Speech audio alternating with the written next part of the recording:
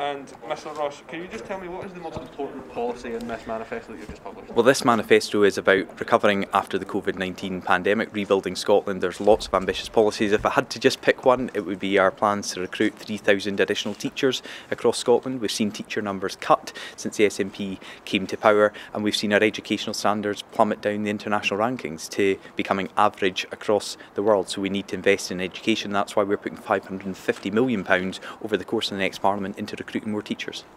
And there's a plan to provide £600 million more to the NHS to deal with the backlog. You say that there's meant to be some sacrifices that will be made for that. Where's that money going to be coming from? Well, it's looking at the NHS budget at the moment. It will take difficult decisions, but we will have to reprioritise some of that budget to focus on getting treatment times down, because even before COVID-19 there was a long wait for appointments and operations. A lot of those were stopped immediately at the start of the first lockdown, and therefore we have built up a number of major problems. And I think people will accept, I'm being honest with them, it's not going to be easy decisions, but will accept that we've got to reprioritise some of the NHS budget to put that £600 million into getting down our treatment times for the delayed operations and appointments that have been missed. So to be clear, it is a cut from one side of the NHS to move to create this task force that you are positing? Well, it's not creating a task force, it's making sure that money goes directly to the clinicians at the front line rather than the government saying how to spend it. But it's reprioritising some of the current NHS budget into focusing on getting down the treatment times. Ultimately, people understand that appointments have been delayed, people have been waiting far too long to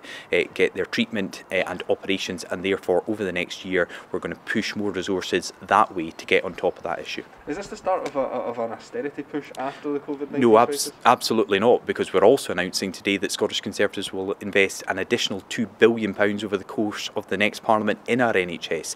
This proposal with £600 million is to focus on the issue that people have been contacting me about right across Scotland. They're worried about appointments that they'd missed, operations that have been delayed. If we can get £600 million focused on that element of the NHS, we can help people who have been waiting too long for the treatment they need.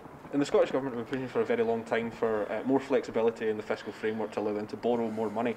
Wouldn't this be a better way to solve this £600 million black hole that you've identified and that you need to plug? Well, I think we've just seen over the last year how important it's been that Scotland's part of the United Kingdom. We've benefited from £13.3 billion of additional support from the UK government. We've seen the furlough scheme and the self-employed income support benefiting at the height of the pandemic over 1 million Scottish workers, and therefore people can see during this pandemic we have benefited from the powers and the fiscal powers of the United Kingdom working for us here in Scotland.